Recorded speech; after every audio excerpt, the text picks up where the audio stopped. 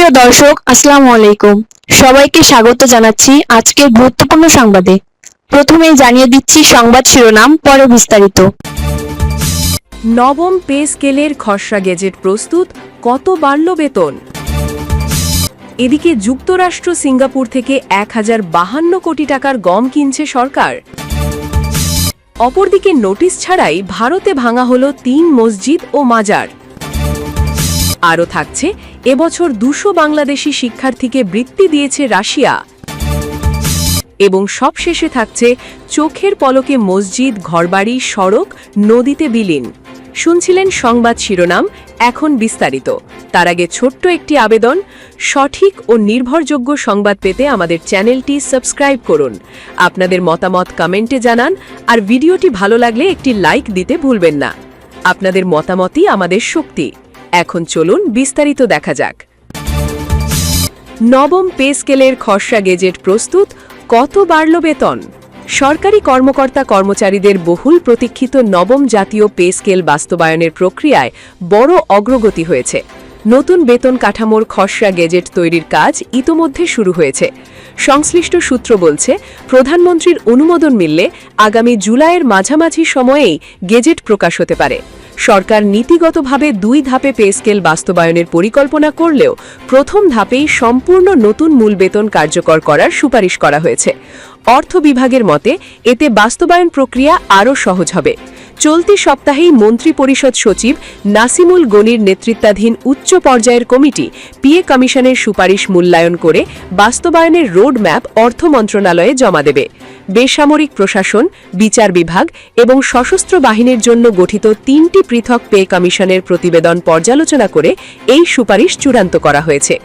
অর্থ মন্ত্রণালয়ের কর্মকর্তারা জানিয়েছেন, এখন সবকিছুই প্রধানমন্ত্রীর অনুমোদনের ওপর নির্ভর করছে। অনুমোদন পাওয়া গেলে জুলাইয়ের মাঝামাঝি অথবা তার পরের সপ্তাহে নবম পে স্কেলের গেজেট প্রকাশ করা হতে পারে। কেন একবারই কার্যকর হতে পারে নতুন মূল বেতন? প্রাথমিকভাবে সরকার 3 বছর ও 2 বছর মেয়াদী 2টি বাস্তবায়ন পরিকল্পনা বিবেচনা করেছিল। 3 বছরের পরিকল্পনায় প্রথম 2 অর্থ বছরে ধাপে ধাপে মূল বেতনের 50% করে কার্যকর এবং তৃতীয় বছরে বিভিন্ন ভাতার সমন্বয়ের প্রস্তাব ছিল। তবে অর্থ বিভাগের পর্যবেক্ষণে দেখা গেছে, ধাপে ধাপে মূল বেতন কার্যকর করলে সরকারের integrated budget and accounting system IBAS প্লাসে কারিগরি জটিলতা তৈরি হতে পারে। এজন্য প্রথম ধাপেই সম্পূর্ণ নতুন মূল বেতন কার্যকর করার সুপারিশ করা হয়েছে। কোন গ্রেডে কত বাড়তে পারে বেতন? পে কমিশনের সুপারিশ অনুযায়ী প্রথম থেকে 10ম গ্রেডের কর্মকর্তা কর্মচারীদের মূল বেতন প্রায় 100% বা তার কিছুটা কম বাড়তে পারে। একাদশ থেকে 20তম গ্রেডের কর্মীদের ক্ষেত্রে গড়ে প্রায় 130% পর্যন্ত বেতন বৃদ্ধির প্রস্তাব রয়েছে। সব মিলিয়ে বিভিন্ন গ্রেডে মূল বেতন 100 থেকে 142% পর্যন্ত বাড়ানোর সুপারিশ করা হয়েছে। এছাড়া বাড়ি ভাড়া, চিকিৎসা, শিক্ষা সহায়ক সহ বিভিন্ন ভাতা ও অন্যান্য সুযোগ সুবিধার কাঠামোতে পরিবর্তনের প্রস্তাব দিয়েছে পে কমিশন। বাজেটে 44,000 কোটি টাকার বরাদ্দ। 2026-27 অর্থবছরের প্রস্তাবিত জাতীয় বাজেটে নতুন বেতন কাঠামোর আংশিক বাস্তবায়নের জন্য 44,000 কোটি টাকার বরাদ্দ রাখা হয়েছে। বাজেট বক্তব্যে অর্থমন্ত্রী আমির খসরু মাহমুদ চৌধুরী আগামী 1 জুলাই 2026 থেকে ধাপে ধাপে নতুন পে স্কেল বাস্তবায়নের ঘোষণা দিলেও বাস্তবায়নের বিস্তারিত পদ্ধতি এখনও আনুষ্ঠানিকভাবে প্রকাশ করা হয়নি। সরকারি কর্মকর্তা কর্মচারীদের প্রত্যাশা, গেজেট প্রকাশের পর দীর্ঘদিনের অপেক্ষার অবসান হবে এবং দ্রুতই নতুন বেতন কাঠামো কার্যকর করা হবে। এদিকে যুক্তরাষ্ট্র সিঙ্গাপুর থেকে 1052 কোটি টাকার গম কিনছে সরকার। যুক্তরাষ্ট্র ও সিঙ্গাপুর থেকে 2,70,000 মেট্রিক টন গম আমদানির সিদ্ধান্ত নিয়েছে সরকার। এতে মোট ব্যয় হবে 1,052,40,94,000 টাকা। এর মধ্যে যুক্তরাষ্ট্র থেকে 2,20,000 মেট্রিক টন এবং সিঙ্গাপুর থেকে 50,000 মেট্রিক টন গম আনা হবে। বুধবার 1 জুলাই সচিবালয়ে অর্থমন্ত্রী আমির খসরু মাহমুদ চৌধুরীর সভাপতিত্বে অনুষ্ঠিত সরকারি ক্রয় সংক্রান্ত মন্ত্রিসভা কমিটির বৈঠকে এই গম আমদানির অনুমোদন অনুমোদন দেওয়া হয়েছে। বৈঠক শেষে অর্থ মন্ত্রণালয় থেকে জানানো হয়েছে, খাদ্য মন্ত্রণালয়ের প্রস্তাবের পরিপ্রেক্ষিতে যুক্তরাষ্ট্র থেকে সরকার পদ্ধতিতে 2,20,000 মেট্রিক টন গম আমদানির অনুমোদন দেওয়া হয়েছে। প্রতি মেট্রিক টন গমের দাম ধরা হয়েছে $332 আর মোট মূল্য ধরা হয়েছে 869,56,10,000 টাকা হবে। বৈঠকে খাদ্য মন্ত্রণালয়ের আরেক প্রস্তাবের পরিপ্রেক্ষিতে সিঙ্গাপুরের agro corp international PTE limited থেকে 50,000 মেট্রিক টন গম আমদানির অনুমোদন দেওয়া হয়েছে।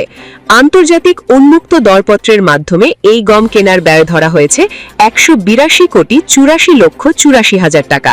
প্রতি মেট্রিক টন গমের দাম ধরা হয়েছে $297.92 অপরদিকে নোটিশ ছাড়াই ভারতে ভাঙা হল 3 মসজিদ ও মাজার। ভারতের গুজরাট রাজ্যের কুচ জেলায় আগাম নোটিশ ছাড়াই 3টি মসজিদ ও কয়েকটি মাজার সহ মোট 30টি স্থাপনা ভেঙে ফেলা হয়েছে। স্থানীয় প্রশাসনের এই অভিযানের পর ঘটনাটি নিয়ে উদ্বেগ প্রকাশ দেশের মুসলিমদের সর্ববৃহৎ সামাজিক সংগঠন জমিয়তে উলেমায়ে হিন্দের। সোমবার ভারতীয় সংবাদ মাধ্যম দ্য হিন্দুস্তান গ্যাজেটের প্রতিবেদনে বলা হয়েছে, উচ্ছেদ অভিযানে মোট 30টি স্থাপনা গুড়িয়ে দেওয়া হয়েছে। এর মধ্যে 11টি ধর্মীয় স্থাপনা, 17টি বাণিজ্যিক ভবন এবং 2টি আবাসিক স্থাপনা রয়েছে। তুর্কি গণমাধ্যম টিআরটি ওয়ার্ল্ড প্রকাশিত একটি ভিডিওতেও মসজিদ ভেঙে ফেলার বিষয়টি দেখা যায়। ঘটনার পর জমিয়তে উলেমায়ে হিন্দের একটি প্রতিনিধি দল কুচ জেলা পরিদর্শন করেন। প্রতিনিধি দলের নেতৃত্ব দেন জমিয়তের সেক্রেটারি জেনারেল মাওলানা হাকিম উদ্দিন কাসেমি। তিনি অভিযোগ করেন, কোনো ধরনের পূর্ব নোটিশ ছাড়াই মসজিদগুলো ভেঙে ফেলা হয়েছে। এ বিষয়ে সংশ্লিষ্ট কর্তৃপক্ষের কাছে ব্যাখ্যা চাওয়া হলেও তারা সন্তোষজনক কোনো জবাব পাননি। ভেঙে ফেলা স্থাপনাগুলোর মধ্যে রয়েছে ঐতিহাসিক জুনা কান্দলা মসজিদ। মসজিদের খাদেম জানান, হঠাৎ করেই সেখানে অভিযান চালিয়ে স্থাপনাটি গুড়িয়ে দেওয়া হয়েছে। তিনি দাবি করেন, বাধা দেওয়ার চেষ্টা করলে তাদের আটক করার হুমকি দেওয়া হয়। স্থানীয় লোকজনের ভাষ্যানুযায়ী 1965 সাল থেকেই জুনা কান্দলা মসজিদটি ওয়াকফ হিসেবে নিবন্ধিত ছিল। এর নান্দনিক নির্মাণ শৈলীর কারণে এটি এলাকায় পরিচিত একটি ধর্মীয় স্থাপনা হিসেবে বিবেচিত হতো। মসজিদ কমিটির প্রধান মোহাম্মদ সামার বলেন, উচ্ছেদের সময় আমরা প্রশাসনের সঙ্গে কথা বলার এবং মসজিদের কাছে যাওয়ার চেষ্টা করেছিলাম, তবে আইন শৃঙ্খলা বাহিনী আমাদের সেখানে যেতে দেয়নি, বরং ভয়ভীতি প্রদর্শন করা হয়েছে বলেও অভিযোগ করেন তিনি। প্রতিবেদন অনুযায়ী আদিপুর এলাকার আরও একটি মসজিদও এই অভিযানে ভেঙে ফেলা হয়েছে। এ বিষয়ে একজন সরকারি কর্মকর্তা জানিয়েছেন, উচ্ছেদ অভিযানে মোট 30টি অবকাঠামো অপসারণ করা হয়েছে। এর মধ্যে 11টি ধর্মীয় স্থাপনা, 17টি বাণিজ্যিক ভবন এবং 2টি আবাসিক স্থাপনা ছিল। ভারতে মুসলিমদের ওপর আক্রমণ এখন নিয়মিত ঘটনায় পরিণত হয়েছে। অনেক ক্ষেত্রে বৃদ্ধ ও নাবালকদের ওপর শারীরিক হামলা চালিয়ে জোরপূর্বক ধর্মীয় জয় শ্রীরাম স্লোগান দিতে বাধ্য করা হচ্ছে এবং সে দৃশ্য ভিডিও করে ছড়িয়ে দেওয়া হচ্ছে। মসজিদ ও মাদ্রাসা ভাঙচুরের পাশাপাশি উন্নয়নের নামে মুসলিম প্রধান এলাকাগুলোয় উচ্ছেদ অভিযান চালানো হচ্ছে। মুসলিম সম্প্রদায়ের ওপর নিয়মিত ও ক্রমবর্ধমান হামলার ঘটনায় গভীর উদ্বেগ প্রকাশ করেছে দেশের মুসলিমদের সর্বোচ্চ নীতি নির্ধারক সংস্থা all India Muslim personal board. বোর্ডের পক্ষ থেকে বলা হয়েছে, বিশেষ করে বিজেপি শাসিত রাজ্যগুলোতে মুসলিমদের নিশানা করে গণপিটুনি, ঘরবাড়ি উচ্ছেদ ও মসজিদ মাদ্রাসা ভাঙচুরের হার বৃদ্ধি পাচ্ছে। সরকারি অনুষ্ঠান ও স্কুলে নির্দিষ্ট স্লোগান বাধ্যতামূলক করা, মাদ্রাসাগুলোর ওপর আক্রমণ এবং অভিন্ন দেওয়ানি বিধি চালুর চেষ্টার মতো বিষয়গুলো নিয়ে বোর্ড আন্দোলন গড়ে তোলার সিদ্ধান্ত নিয়েছে। আরও থাকছে, এবছর 200 বাংলাদেশি শিক্ষার্থীকে বৃত্তি দিয়েছে রাশিয়া। বাংলাদেশি শিক্ষার্থীদের জন্য রাশিয়ান সরকারের বৃত্তির সংখ্যা 2018 সালের 65টি থেকে বৃদ্ধি পেয়ে 2026 সালে 200টিতে উন্নীত হয়েছে। এর ফলে আরও অধিক সংখ্যক মেধাবী বাংলাদেশি শিক্ষার্থীর জন্য রাশিয়ায় উচ্চশিক্ষার সুযোগ সৃষ্টি হয়েছে। বুধবার 1 July Russian house in Dhaka তাদের অর্ধবার্ষিক সাংবাদিক সম্মেলনে এসব তথ্য তুলে ধরে। সাংবাদিক সম্মেলনে রাশিয়ান হাউসের পরিচালক আলেকজান্ড্রা ক্লেভনোই বাংলাদেশ ও রাশিয়ার মধ্যকার শিক্ষাগত সহযোগিতার ধারাবাহিক অগ্রগতির উপর গুরুত্বারোপ করেন। এ সময় বাংলাদেশের বিভিন্ন গণমাধ্যমের প্রতিনিধি, শিক্ষা প্রতিষ্ঠানের প্রতিনিধিরা, রাশিয়ার আন্তর্জাতিক শিক্ষা ও যুব কর্মসূচির অংশগ্রহণকারী এবং আমন্ত্রিত অতিথিরা উপস্থিত ছিলেন। সাংবাদিক সম্মেলনে 2026 সালের প্রথমার্ধের রাশিয়ান হাউসের কার্যক্রমের সারসংক্ষেপ তুলে ধরা হয়। এবং বাংলাদেশ ও রাশিয়ার মধ্যকার শিক্ষা, বিজ্ঞান, সংস্কৃতি ও যুব সহযোগিতার নতুন সুযোগগুলো উপস্থাপন করা হয়।